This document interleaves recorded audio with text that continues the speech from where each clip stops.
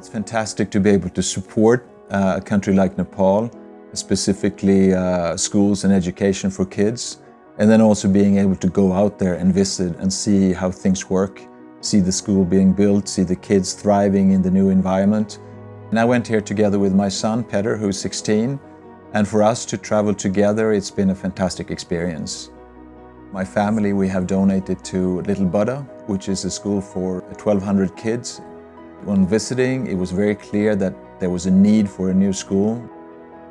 When we got to the villages, all the kids were standing in line greeting us, and you could see in their eyes they were really happy.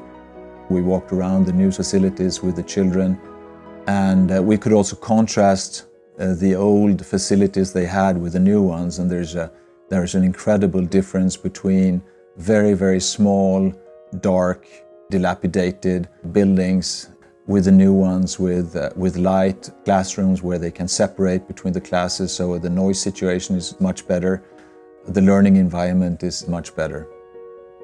We're not only building the hardware, i.e. the schools, we're also building the software in terms of making sure that the schools are working better. So for example, in Taplejung, which is one of the clusters where we have schools, the principals meet from 7 different schools in the area. They meet on a regular basis to discuss progress on various metrics and how they can improve. And we're tracking that work directly, and also tracking the benefits of that work, i.e. the attendance and the grades of the children.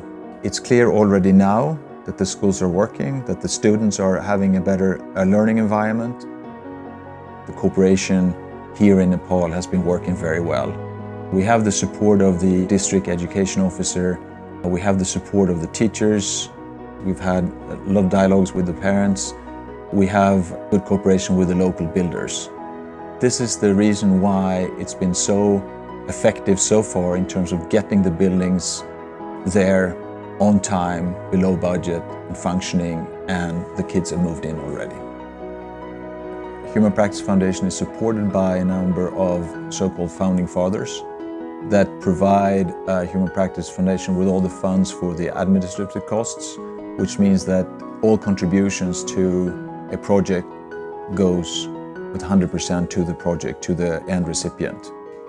So this directness, both in terms of the effectiveness of your money and also seeing the project, and you can work with Pernille and the entire organization and keep track of what your money is doing, the process of building the school or working on a community project, whatever you're supporting, it's just a phone call away at any point in time. Some people choose to support one school, the entire school. Other people support parts of a school. For example, it could be a computer lab, it could be libraries, playground facilities, or making general contributions that are used in general to schools.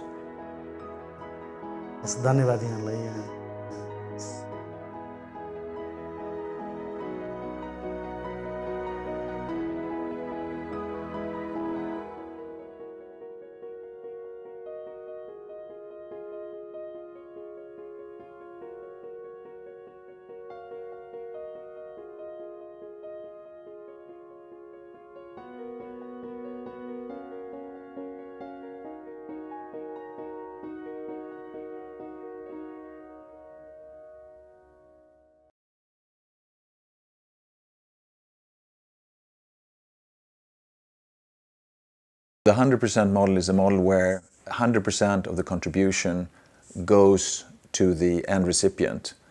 And the way we can do that is by a group of so-called founding fathers. It's a very powerful model.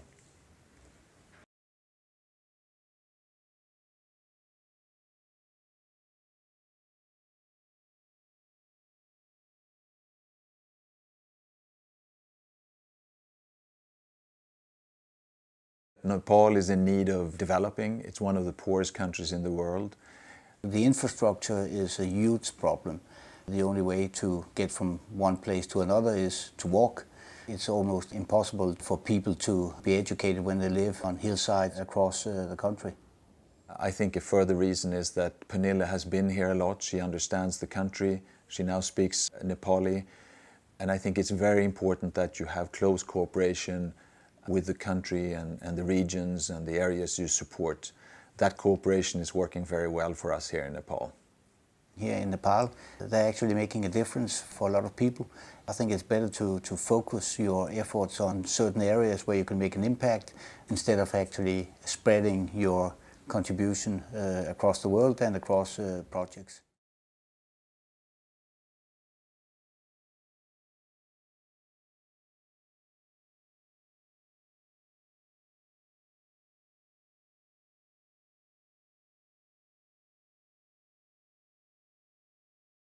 Initially, I met Pernille Kruse Madsen.